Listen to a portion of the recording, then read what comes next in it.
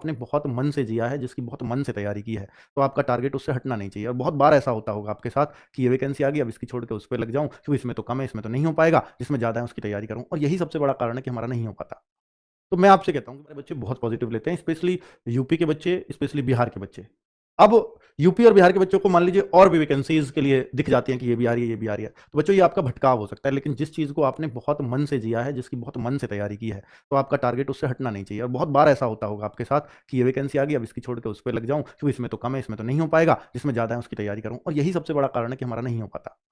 तो मैं आपसे कहता हूँ कि भाई देखो, चीज़ें क्या हैं, मैथ, रीजनिंग और जीएस ही तो हैं इसके अंदर। और मैथ, रीजनिंग, जीएस पे आपको अपनी पे अगर भरोसा नहीं है, तो फिर कोई भी एग्जाम नहीं निकल सकता। और अगर है, तो ये क्यों नहीं निकल सकता? कितनी भी कम वैकेंसी क्यों ना हो। तो अगर ये कम में आपने निकाल लिया, तो आपका देखो ना कॉन्फिडेंस कितना हाई होगा। मैं ये नहीं कहता कि आप इसमें लगे रहो, पर इसमें लगे रहे तो आपका कौन सा एग्जाम है जिसकी तैयारी छूट रही है? भाई वो सब उस एग्जाम के लिए भी तो तैयार हो रहे हैं, मैथ, रीजनिंग, जीएस। जाने जिस बच्चे ने इसमें बहुत समय दिया है, वो इससे अपना दिमाग क्यों हटा लेता है कि आगे वो भी वैकेंसी आ रही है। एसएससी का नया कैलेंडर आ गया, अब तो दिल्ली पुलिस की तरफ करूंगा रुक, वो भी नहीं निकलेगी।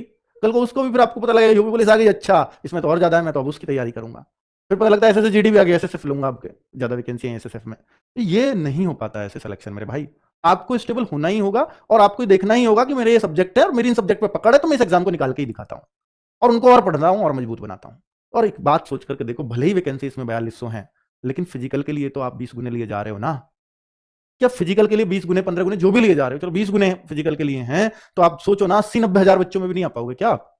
और मैं आरपीएफ का बता रहा हूं बच्चों कि अगर इसके फिजिकल ठंड में हो गए ना, 80 हजार बच्चों में से 4 हजार बच्चों में फिजिकल पास नहीं होगा, गारंटी है इस बात की। तो फिर तो आपको 80 में ही आना है, 4 में तो अपने आप आ जाओगे अगर फिजिकल मार दोगे तो।